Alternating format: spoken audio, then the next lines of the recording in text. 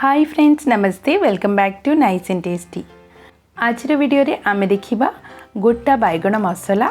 Video को last जाए देखिबे से जानी परिबे समस्त टिप्स जहाँ द्वारा गोटा बाइगण मसला एमती रसुआ और सुआदिया बनिकी रेडी हबो। ताहले चलंतु वीडियो स्टार्ट करिबा। मु एठी 5टी छोट साइज रो बाइगण नै जाइछि। एही रेसिपी पई छोट बाइगण नेले परफेक्ट रहे। वर्तमान कईंची साहाय्य तार मुंडी एवं साइड रे थिबा एमिति कला एरिया को काटी नबा। आपण चाहिए या छुरी रे भी काटी पारिबे। कईंची रे काटिले टिके सहज रे हेइथाय। सेही प्रोसेस रे सबगुडा बाइगण एठी काटी नेछि। वर्तमान आमे नेबा किछि पानी एवं सेइथिरे गोटे चमच लूण पके नबा। बाइगण को लूण पानी रे बुड़े की रखिले बाइगण कला पड़ेनी। वर्तमान बाइगण को वीडियो रे देखेला भली एमिति मझिरु काटिबा। देखंतु पूरा लास्ट जाए काटिबानी एमिति मझिरु फाळ करिबा एवं आउ थरे आरपटु फाळ करनबा।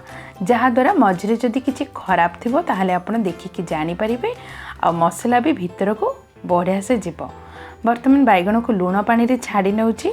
जिबा अन्य प्रोसेस को गोटाए छोट गिना नहीं जाइछि। सेथिरे पकैली आधा छोट चमच हळदी गुंड, आधा छोट चमच लंका गुंड, आधा छोट चमच मसाला पाउडर एवं छोट चमच रे 4 भागर भागे लूण एवं सेथिरे पकेबा आधा बड़ चमच तेल।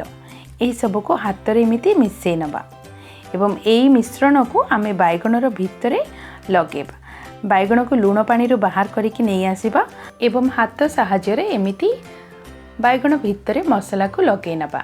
सेम प्रोसेस रे समस्त बाइगण रे आमे एमिति लगे नबा एवं अलगा रखि नबा। बाइगण को एमिति साइड रे रखि नबा एवं जे कोनोसी पैन बा कढ़ई रे गोटे मुठा बादाम नै जिबा। चिना बादाम को एठी 2 ରୁ 3 minute low to medium flame रे हल्का भाजी नबा। देखंतु एमिति भाजी नबा एवं याको साइड रे रखि नबा एवं ठंडा हबा पई देबा। सेम पैन रे मु एठी 1 ରୁ 1.5 चमच तेल पकै नउछि। गैस रो फ्लेम को प्रथमे हाई रखिबा। तवा गरम हैला परे बाइगण पकईकी गैस रो फ्लेम को मीडियम करि नबा एवं 3 ରୁ 4 मिनट एठी भाजिबा जेमिति बाइगण 40 ରୁ 50% कुक हे जिवो। एठी हमें गैस रो फ्लेम को मीडियम ही रखिबा। तो एठी देखंतु एमिति भाजी ही जिबा आवश्यक। बाइगण मोर एठी 40 to 50% भाजी हे सालानी। वर्तमान गैस को बंद करि नबा। अन्य गोटे कढ़ई रे 2 ରୁ 3 चमच एठी तेल पकै नउछि। सेथिरे पकैली आधा चमच जीरा, गोटे खंड दालचीनी। जीरा फुटी आसला परे 2टी मीडियम साइज रो पियाज छोट करी काटिकी पकै नबा। वर्तमान याको भल भाबे मिसै नबा एवं पियाज लो टू मीडियम फ्लेम रे गोल्डन ब्राउन हेबा जाय कुक करबा। एठी देखंतु गोल्डन ब्राउन हे सालानी। एमिति ब्राउन कलर हे साला परे सेथिरे गोटे बड़ चमच अदा रसुन बट्टा पकै नबा एवं याको पुणी मिसै नबा जेमिति अदा रसुन बट्टार कंचा स्मेल पळेबो। एठी भाजी साला परे गोटे मीडियम साइज रो टमाटो को मु कोरिकी पकै नेछि एवं भल भाबे मिसै नबा। तापरे पकै नबा आवश्यक अनुसार लूण एवं मिसै नबा। पियाज टमाटो एमिति पाख को आसिले सेथिरे पकै नबा आधा छोट चमच हळदी गुंड, आधा छोट चमच लंका गुंड एवं आधा छोट चमच मसाला पाउडर। जे कोनोसी मसाला पाउडर आपण एठी व्यवहार करि पारिबे। भल भाबे मिसै नेला परे सेथिरे छोट गिना रे टिके पानी पकै नउची जहा कि से जळिबनी। याको पुणी मिसै नबा। वर्तमान एठी देखंतु भल भाबे कसी हे गलानी एवं तेल भी छाड़ी आसुची। एई स्टेज रे हमें पकै नबा भाजी की रखिथिबा बाइगण। बाइगण पकेला परे हल्का हाथ रे हमें ओलट पालट करी मिसैबा। एमिति भल भाबे मिसै नेला परे वर्तमान गैस रो फ्लेम को स्लो करिकी कवर करि नबा 5 मिनट पई। सेही 5 मिनट मझिरे भाजी की रखिथिबा बादाम को छोट ग्राइंडर कप रे पकेकी एमिति फाइन पाउडर बने की रेडी करनबा। एठी मोर 5 मिनट हे सालानी। देखंतु तेल केमिति छाड़ी आसीची आ बाइगण बहुत बढ़िया से कसी हे गलानी। वर्तमान पुणी याको हमें ओलट पालट करि नबा। पुणी थरे बाइगण और मसला भल भाबे मिसै नेला परे सेथिरे छोट गिना रे 1.5 गिना मुठी पानी पकै नउची। पानी एठी हमें उषुम पानी किंबा गरम पानी नेबा।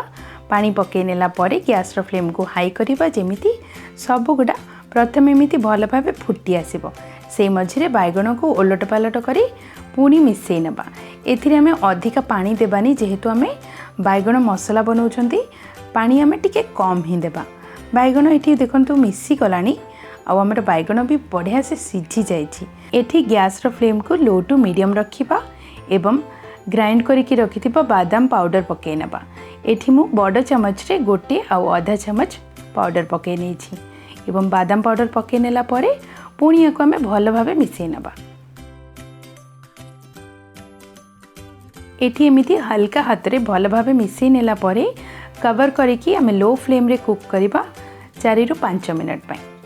4 रु 5 मिनिट परे देखंतु बहुत बढ़िया से कुक हो जाइछि। तेल भी छाड़ी आसलानी ग्रेवी रो माने फाइनली ग्रेवी बनी की रेडी हो सालानी। याको एमिति पुणी थरे ओलट पालट करिकी वर्तमान गैस रो फ्लेम को हमें बंद करि नबा। सहज आ स्वादिया बैगण मसाला 5 मिनिट रेस्ट कला परे देखंतु केते सुंदर बनी की रेडी हेछि। फाइनली सहज आ स्वादिया बैगण मसाला रेडी। एही रेसिपी आपण गरमा गरम भात सहित खाई परिबे, बहुत स्वादिया लागिबो। आशा करुछि ए सहज और स्वादिया रेसिपी पसंद आसिला। मु कहिथिबा प्रणाली रे एही रेसिपी थरे निश्चय बनांतु। बनैला परे कमेंट करबा को भूलिबेनी। वीडियो पसंद आसिले आपनक फ्रेंड्स और रिलेटिव्स को शेयर करंतु। आउ एमिति सिंपल और इजी रेसिपीज पई आम चैनल नाइस एंड टेस्टी को सब्सक्राइब करि नियंतु।